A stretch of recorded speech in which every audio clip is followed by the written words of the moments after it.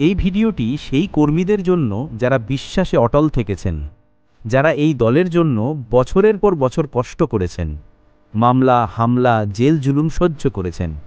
এই মানুষগুলো তারা দলের দুর্দিনে ঢাল হয়ে দাঁড়িয়েছিল, রাস্তায় স্লোগান দিয়েছে, রক্ত দিয়েছে। তাদের ত্যাগেই বিএনপি আজও টিকে আছে। কিন্তু আজ যখন মনোনয়নের সময় এলো, তখন তাদের জায়গা হলো না কেন? আমরা দেখছি এমন অনেককেই নমিনেশন দেওয়া হয়েছে যাদের বিএনপির রাজনীতির সাথে পূর্বের কোনো গভীর সম্পর্ক নেই। যারা দুঃসময়ে ছিলেন না, তারা আজ সুযোগ পাচ্ছেন। তাহলে কি ধরে নিতে হবে বিএনপির কর্মীর চেয়ে টাকা বেশি মূল্যবান?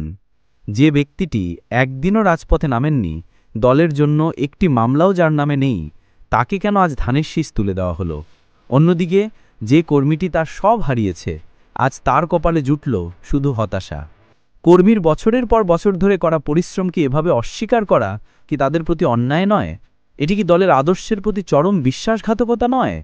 গুরুতর অভিযোগ উঠেছে, টাকার বিনিময়ে নমিনেশন বিক্রি হয়েছে। যদি এই অভিযোগ সত্য হয়, তবে এর চেয়ে লজ্জার আর কিছু হতে পারে না। এই দলটির জন্ম হয়েছিল শহীদ প্রেসিডেন্ট জিয়াউর রহমানের আদর্শ নিয়ে। সেই দল আজ অর্থের কাছে বিক্রি হয়ে যাবে? যারা দলের এই দুঃসময়েও টিকেছিলেন, তারা কি শুধু অর্থের অভাবের কারণেই আজ বঞ্চিত? যদি টাকার কাছেই নমিনেশন বিক্রি হয়, তাহলে দলের ত্যাগী কর্মীরা কার জন্য এত কষ্ট করলেন?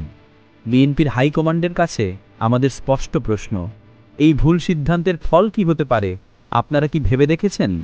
যদি ত্যাগী কর্মীদের মূল্যায়ন না করা হয়, তবে দলের মেরুদণ্ড ভেঙে পড়বে। তৃণমূলের কর্মীরা হতাশ হবে। কর্মীর আবেগ, শ্রম আর আত্মত্যাগকে সম্মান জানানোই দলের প্রথম কাজ হওয়া উচিত। এই অন্যায় বন্ধ হোক, নীতি নির্ধারকরা তাদের ভুল শুধরে নিন। আপনারা এই বিষয়ে কী ভাবেন? কমেন্টে অবশ্যই জানান। এই বার্তাটি শেয়ার করুন, যাতে দলের সর্বোচ্চ নেতৃত্ব পর্যন্ত এই প্রতিবাদের আওয়াজ পৌঁছাতে পারে। ধন্যবাদ।